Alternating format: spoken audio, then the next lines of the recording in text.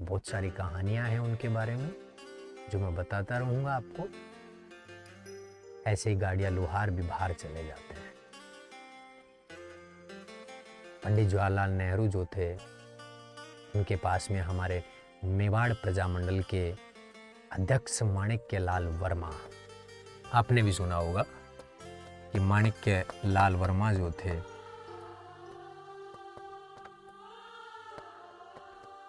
वो मेवाड़ प्रजामंडल के अध्यक्ष थे। माणिक्य लाल वर्मा जो होते हैं, उन्होंने पंडित जवाहरलाल नेहरू के पास में एक पत्र लिखा और उस पत्र में उन्होंने लिखा कि पंडित जी, मेवाड़ की एक जनजाति है जो महाराणा प्रताप के साथ में यहां से अलग हो गई थी। लगभग 400 साल हो गई हैं उन लोगों को इतिहास के बारे में, मेवाड़ का इतिहास जो है, और वो सब अलग है। आज भी वो कहीं घूमते रहते हैं, घुमंतु जाती है। मेरी आपसे एक प्रार्थना है कि आप उस जाति को अपना घर दिलवा दो वापस से। कब तक वो घूमते रहेंगे इन गाड़ियों में, इन लोहे की कीलों पर? उनके परिवार का जीवन कैसा चलता रहेगा? आप एक बार उनको वापस लेके आओ। और अब तो उनका मेवाड़ आजाद हो गया, यानी कि अब पूरा राजस्थान बन चुका है। मेवाड़ पर कोई मुगलों का आधिपत्य नहीं है, पर वो लोग आज भी नहीं आ रहे वापस। आप कुछ ऐसा करो कि वो सारे वापस आ जाएं। पंडित जी ने भी चित्तौड़ की वीरता के बारे में खूब सुना था, कहानियां, किस्से उन्होंने बहुत सुने थे। और आज उनको पहली बार 1954 में पहली बार उन्हें चित्तौड़ जाने के बारे में निमंत्रण आया था। उनको भी बड़ा शौक चढ़ रहा था कि मैं चित्तौड़ जाऊंगा, क्योंकि वहां की रणभूमि के किस्से उन्होंने बहुत सुने थे। पंडित जी वहां से, नेहरू जी वहां से चले, ठीक है। सभी घुमंतु जाति के लोग जितने भी हैं लोहार, उन सब के पास में संदेश पहुंचा दिया गया। उनको कह दिया गया कि जिस आजादी की लड़ाई आप लड़ रहे हैं इतने सालों से, वो समाप्त हो चुकी है। अब कोई मुगलों का अधिकार नहीं है। आप अपने स्वयं के निवास स्थान पर आए और आपसे पंडित जवाहरलाल नेहरू मिलने के लिए आ रहे हैं। कहते हैं कि उस समय चित्तौड़ के बाजार और चित्तौड़ की सड़कें जो हैं वो छोटी पड़ गई थी। जनता ने ऐसा जन सैलाब पहली बार देखा था।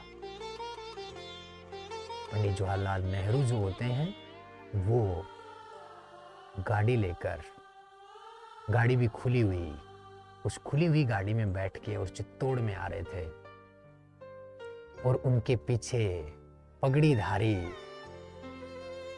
जितने भी लोहार थे वो सब आ रहे थे। ये गाड़ियां लोहार सम्मेलन था। और जवाहरलाल नेहरू जो होते हैं,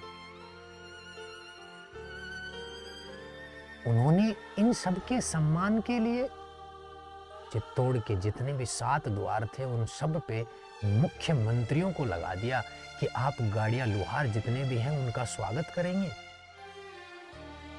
कहते हैं कि सभी मुख्यमंत्री गाड़ियां लोहारों का स्वागत करने के लिए वो सभी द्वारों पर खड़े हो गए। ऐसा नजारा चित्तौड़ की जनता पहली बार देख रही है। ऐसा तो राजा के समय में भी नहीं हुआ। इतने लोग उमड़े थे कि क्या होने वाला है। लोगों के लिए नई बात थी राजस्थान में ये, कि पता नहीं क्या होगा। आज इतने लोग कहाँ से आ गए।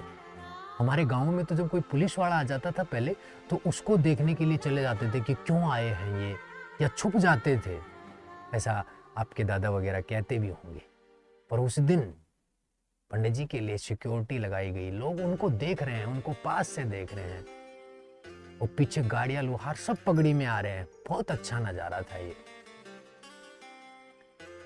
और उसी सम्मेलन में बनीना चित्तौड़ से हमारी मांगी बाई भी पहुंची और उन्होंने ये थोड़ा बहुत उनको ये नृत्य आता था और उन्होंने उनके सामने इस नृत्य को प्रस्तुत किया पहली बार। इसलिए कह देते हैं कि गाड़िया लोहार सम्मेलन में मांगी बाई ने पहली बार ये नृत्य किया था। पर फिर पंडित जी की बातें जो होती हैं वो विफल हो जाती हैं। आज भी वो जाति जो है वो घूमती रहती है।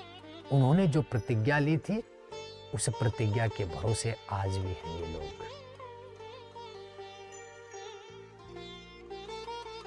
कहते हैं कि गाड़िया लोहारों ने कहा था कि हम कभी भी चारपाई पर नहीं सोएंगे। अपनी गाड़ी जो होगी जहां भी हम रहेंगे वहां पर कभी भी दीपक नहीं जलाएंगे।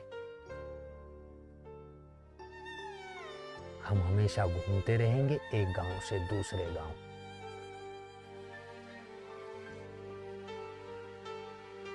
क्योंकि महाराणा जो थे उन्होंने जब गुफाओं में रहे थे तो उन्होंने दीपक नहीं जलाया था।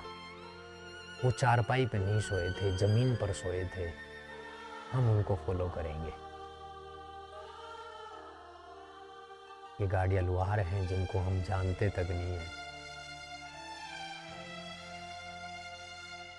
उसके बाद में मांगी बाई जो होती हैं इनका विवाह हो गया भैरोदास के साथ में। कहीं कहीं लिखा मिलता है कि इनका जेठ जो था वो गोरमदास पहले इस नृत्य को हिंगलाज माता के मंदिर में किया करता था।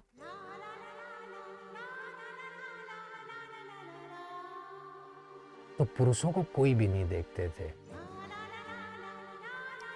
एक भी आदमी पुरुषों को नहीं देखता था डांस करते हुए। पैसा कैसे कमाया जाए? इस गोरमदास को देख के अपने यहाँ पर आप ये सोचोगे कि ये तो उनके जेठ थे, तो पहले वाली महिला तो उनको बोलती भी नहीं थी। कहते हैं कि मांगी बाई ने अपना बड़ा सा घूंघट निकाल के फिर भी सीखा उनसे कि मैं मेरे परिवार को चलाऊंगी। व्यावसायिक नृत्य है।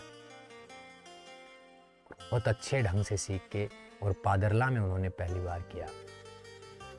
इसलिए ये नृत्य जो है माना जाता है कि मांगी बाई ने इसको प्रसिद्धि दिलाई है। इसलिए संगीत नाटक अकादमी जोधपुर वाली ने 1990 में इन्हें सम्मानित किया था। ये अनसुनी सी बातें जो होती हैं इन्हें जानने से हमें पता चलता है कि लोग जो हैं राजस्थान के वो कैसे कैसे संघर्ष किए हुए हैं। तो ये मांगी बाई के बारे में मैंने आपको बता दिया। इस नृत्य के बारे में आप इतना सब याद रख लेंगे। ठीक है।